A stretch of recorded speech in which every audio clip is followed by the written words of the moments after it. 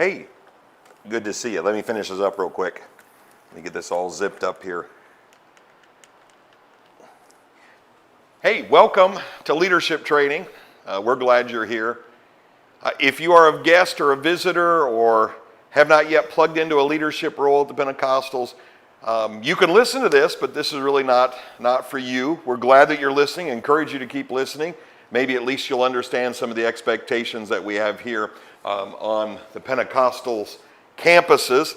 But I really want to talk to the leaders today. I want to talk to the pastors and assistant pastors and preachers and music leaders and worship teams. I want to talk to those that we have set up as ministers. The rest of you can just sit back and kind of listen to what we're talking about. Maybe that'll give you an idea where you would want to go in the church and in God. But I want to address leadership, just the leaders here of the Pentecostal.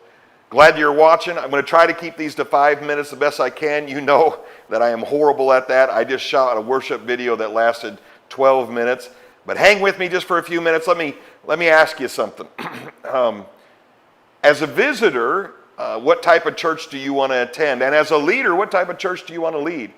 Ecclesiastes chapter 9 verse 10 says, "Whatever your hand finds to do, do it with all your might." It begins to explain why, that there's an end to this, that at some point you'll be no more strength and no more wisdom and no more knowledge. At some point, each of us are going to have to go to the grave and eventually to God.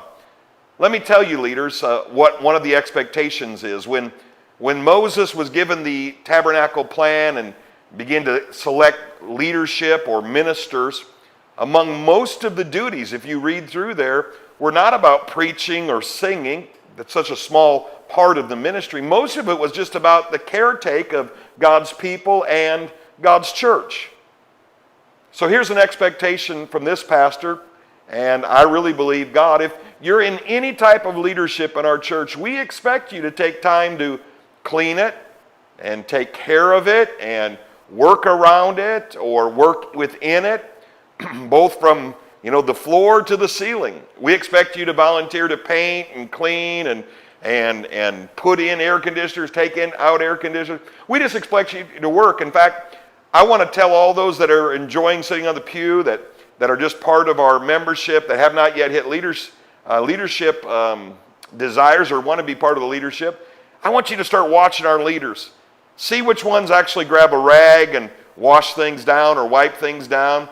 To the musicians, I think every instrument you play or are part of, I think that's your responsibility to take care of. It needs to be cleaned every service. It needs to be taken care of. It needs to be disinfected. It needs to have the batteries changed in it and some of it. It needs the cables to be cleaned up and put away properly at the end of each service. I think everybody that's in leadership should know how to run one of these. And I think we should catch you doing it too.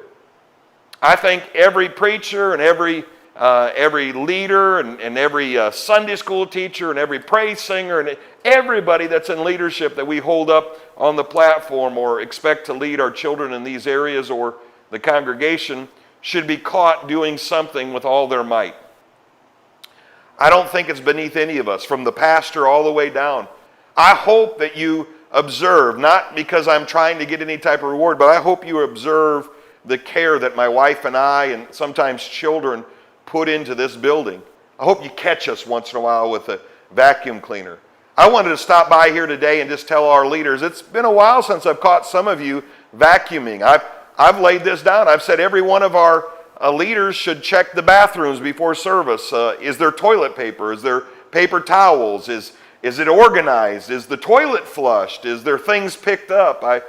I really want to encourage every one of you. You're so much more than just a speaker. You're so much more than just a singer.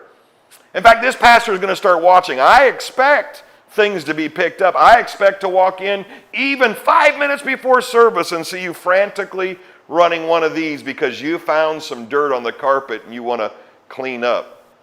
No leader in this church should have anybody have to pick up after them. But every single leader in this church should be able to pick up not only their own mess, but all the messes that are left behind even after service. I think we should all walk the area where the pews are and pick up the water bottles and the the handkerchiefs and the Kleenexes and everything that's there. Hey, leader, I'm going to put a lot of pressure on you to start doing everything God has asked you to do to be part of this. You're serving. Jesus said the higher you go, the more a servant you become of all. I want all of the leaders to know where every breaker is, every closet, every vacuum cleaner, every broom, where every restroom, toiletries are kept.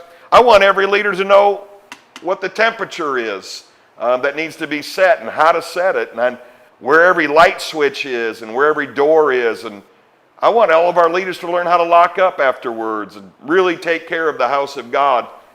It's a lot of work, I understand. But whatever we find to do, there's a grave coming, and we need to do it with all of our might. I want to thank you for joining today, and I hope it's just 5 minutes. I'm going to take a peek on that, but hey, I got to get back to work. So good to have you here and part of this church. I do honestly love you. I'm not yelling at you, but I'm just saying, hey, preacher, hey, worship leader, hey, Sunday school teacher, hey, leader, I'm checking to see if you know how to run one of these. God bless you. Talk to you later.